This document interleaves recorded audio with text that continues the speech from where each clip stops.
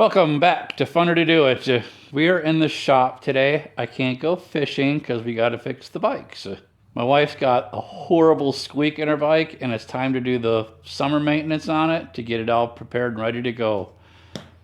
Stay tuned, and I'll show you how to do it on this Pedego Element.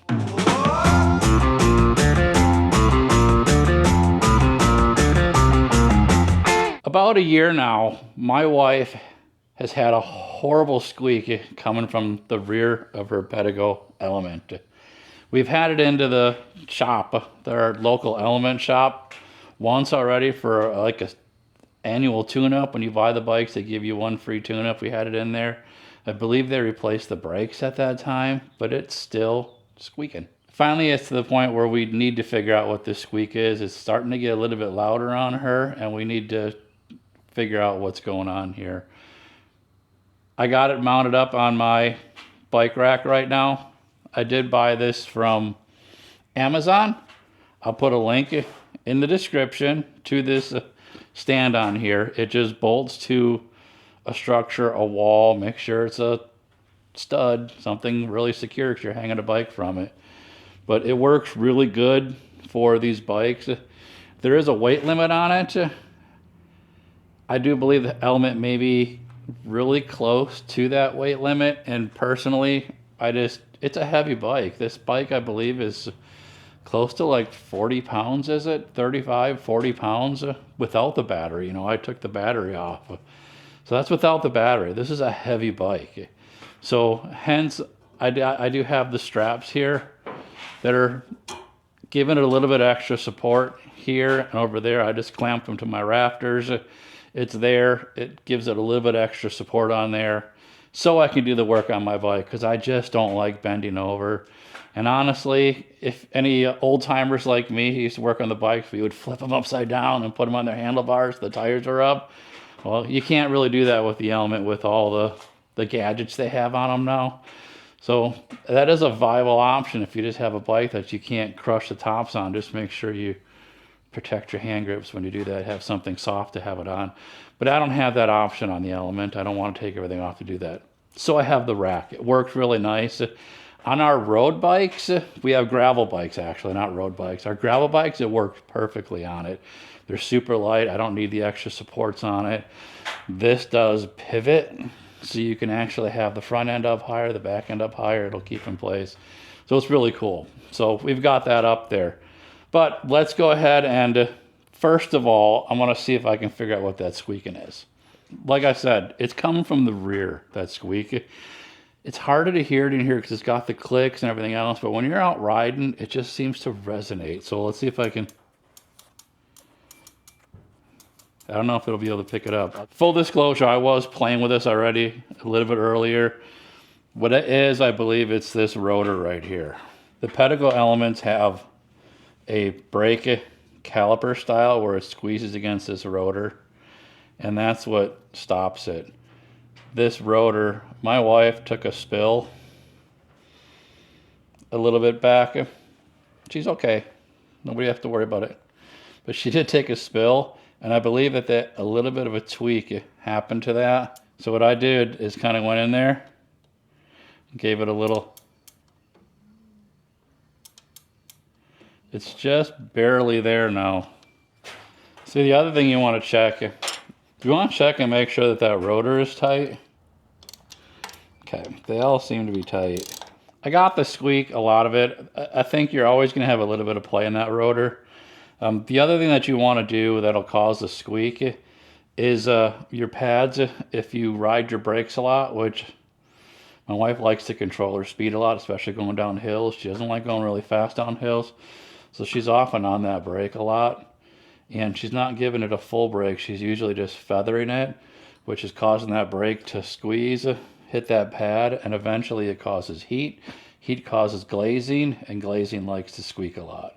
So what we're going to do is I'm going to take off the brakes, and we're going to clean them with some alcohol and make sure they're nice and smooth and get that glazing surface off there. We'll also clean the rotors and make sure they're nice and clean too. To do it, there's a couple of bolts back here. You just take these two bolts off, and that brake rotor should pop. right off.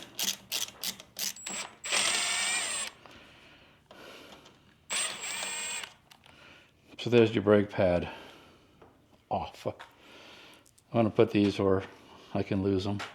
Holding these on, there's a couple of zip ties here that give me a little bit more room. I'm going to cut these zip ties so I have a little bit more room to play with the cable. So there, so I got a little bit more room to play with the brake rotor. So if you see in the rotor here, there's a little cotter pin going through it. I take a side cutters to the bent over piece and just straighten it out with that. I'm not putting a lot of force on there. And then on the other end, you can kind of grab it and pull it through. Just like that. There's your pin. I'm going to save that. So it seems like in order for the pads to clear this bar, take off the bracket.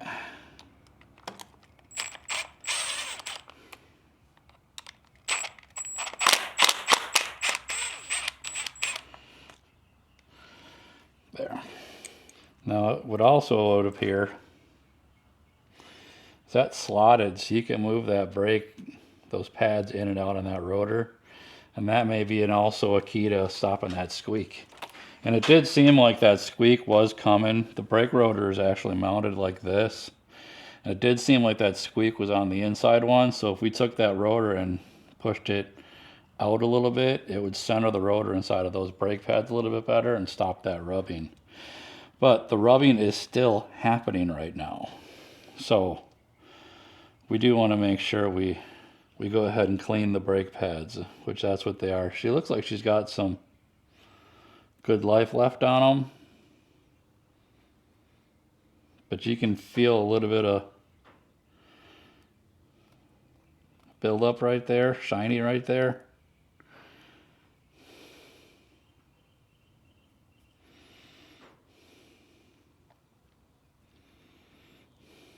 I'm going to go ahead and, I think, clean these.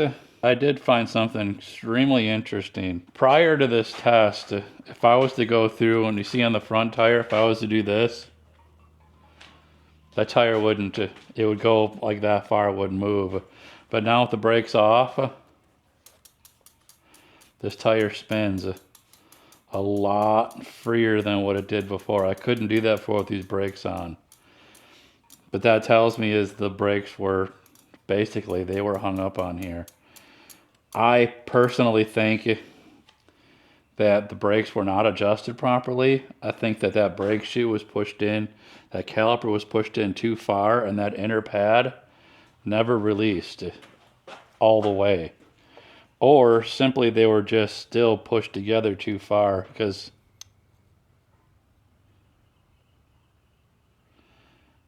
yeah, you can see it.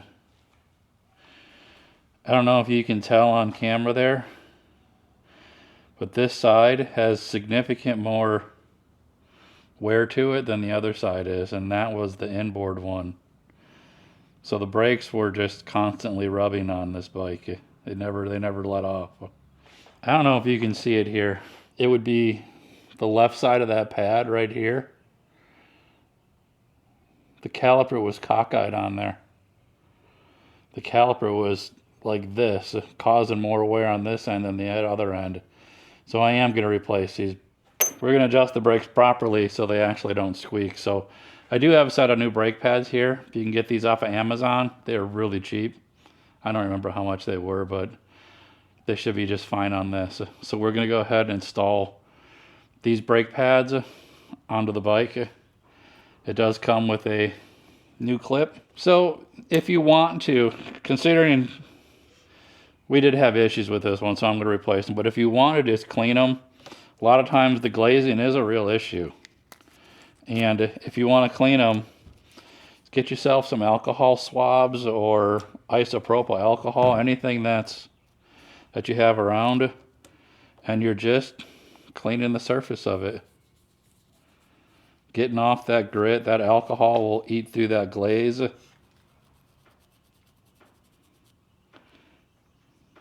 And clean them pads up real nice. The alcohol, because it's alcohol, it dissolves really quick. So it will clean them brake pads up really well. I'm going to grab a fresh one.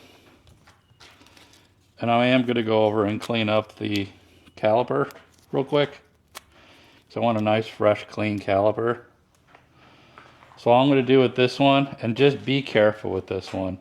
Take it and pinch it in my fingers here, lightly. Clean that caliper off as best you can. I'm happy with that. Let's get the brake pads loaded back up into that caliper. So the brake caliper comes with the little metal piece that's in there. And of course it comes with a new cotter pin. So I'm going to cut the zip tie out. Make sure you're holding it because that spring, yes, it is under pressure. You don't want it flying away. But what that little metal thing does is when you press your brakes, it's obviously going to squeeze together. But when you release them, you need something to pull the brakes back. That's what that spring is for. That spring releases the tension on it and opens them pads back up. So it's extremely important that put a new one in there, because it is metal fatigues, and if you use the old one, it probably isn't returning as far as what it should, and you may end up getting a squeak. So make sure that that's in there. So I'm just holding it like it is. I'm going to take my brake pads and insert them into my caliper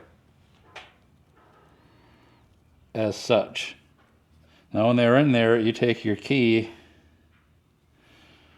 Remember, it came through this way, and just make sure it goes through both pads as such. And then what I usually do is take your cutters. I'll bend just one end 90 degrees. I cut the bottom one off. You don't need to bend in one of them. That is a healthy spring cotter pin they gave you. Okay, there's one cut. Want to get a little bit more of a bend in that. And then I cut the other one also. So you don't have that big tag hanging there. All that pin is doing is holding them brakes in place. So brake pads are loaded into the bike. So to put them back on, so I'm going to put this bracket on. Now, the bracket does go on a specific way. You can put it around, so make sure when you put it back on that the taller end is to the front of it, which is what we got right now. Otherwise you won't be able to get the rotor on. I'm going to finger tight them. I did loosen this a little bit to open up the brake pads a little bit to make it a little bit easier to get around. Let's put these bolts back in.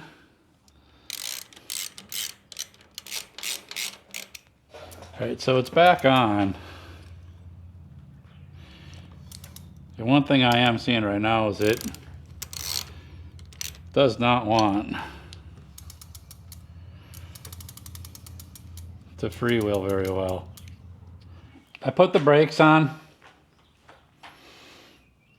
Afterwards, I kind of played around because this can twist and turn, but I wanted to make sure I've got that freewheel on that wheel. It should.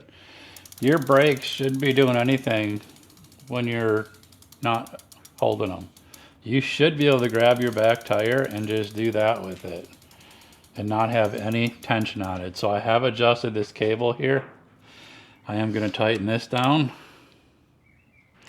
That's tight. I've got these two tightened in place, and I've got these two tight. So brakes are back on, and you should be able to do that. Now the final brake test is, does the bike stop?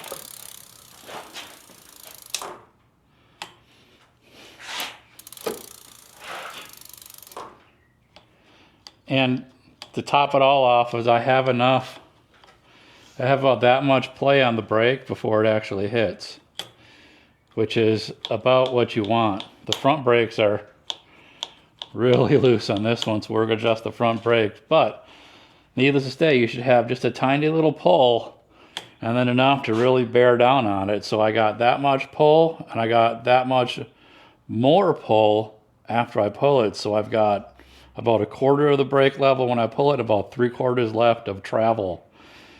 I don't want it to press all the way to the handlebars here. Like this one, if you see, the front one's too loose.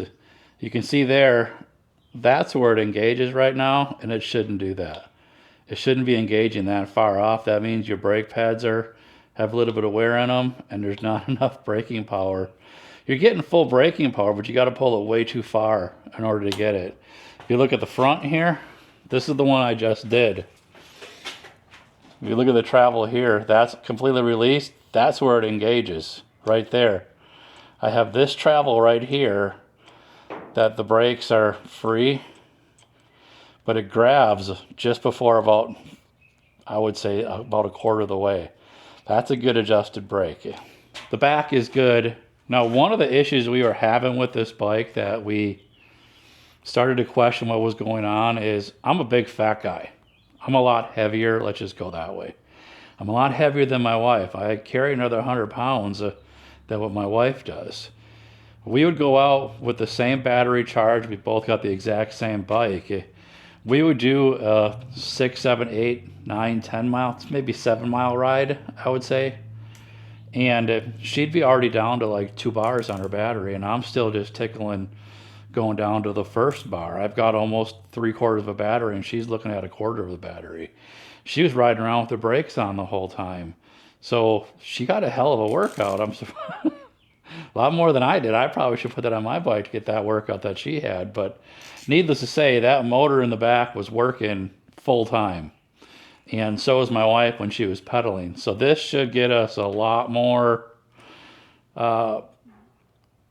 distance on those batteries. And now as soon as I do the cleanup on here, we're going to go through and oil the chain and do all that fun stuff.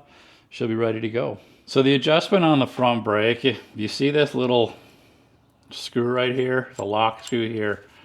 Screw this out, the outer one, and then you'll see that it's completely changed the travel of that front brake. So we should be good to go there. Take this and lock it in place. So now you see, didn't do anything else with the brake, just at the pedal, at the handle. But now she's got a lot more gripping power. She doesn't have to pull it quite as far in order to apply that brake. So that's how you adjust your brakes on the fly. If you don't have enough up here, you do have the same type of adjustment down here. You can see this is where your cable goes in, and this is a nut. You can unscrew this one out a little bit more and get a little bit more throw on that to make sure you get enough out of your pads. But we still had enough on the top one, so 2 places you can do that.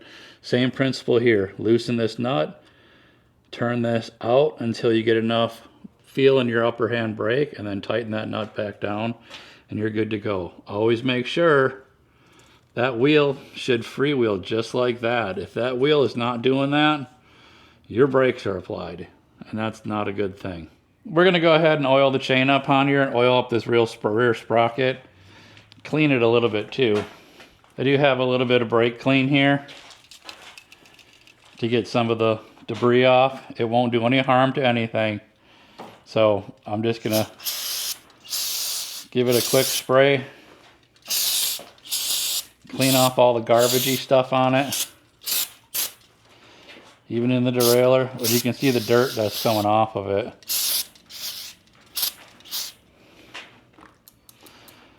A lot nicer. That's the way it should roll. Now, because it's brake clean, that dries really fast. Brake clean is almost like a alcohol. So now I'm going to go through with my 2-in-1 bike chain.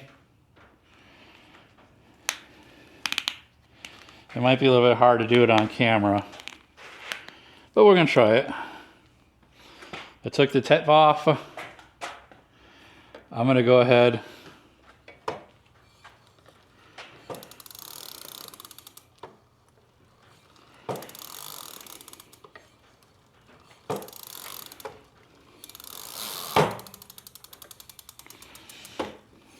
pedal it. Get some good lube on that chain. We are making a mess. But I think I'm getting that full chain. We're gonna do it up front here. I think we got the whole thing. I'm super happy with that. I tell you, it wasn't doing that when we brought it in. That thing should spin for a while.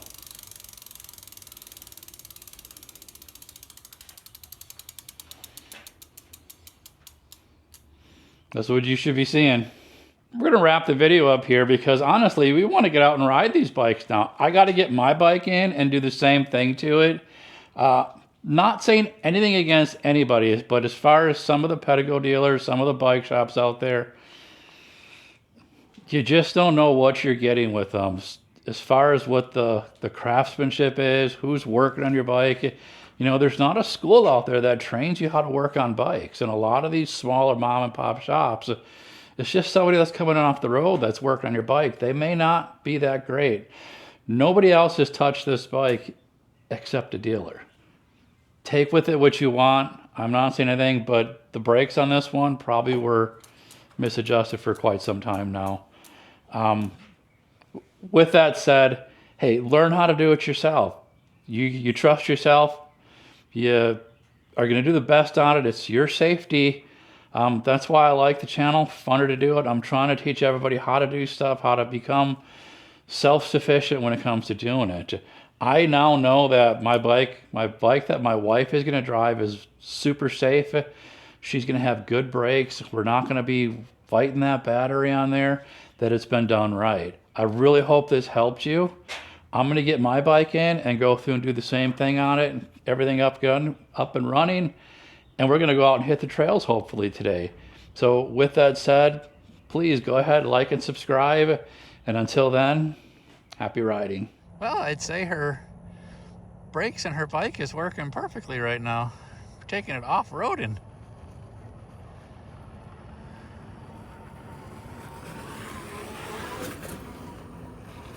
There she goes. These bikes are awesome.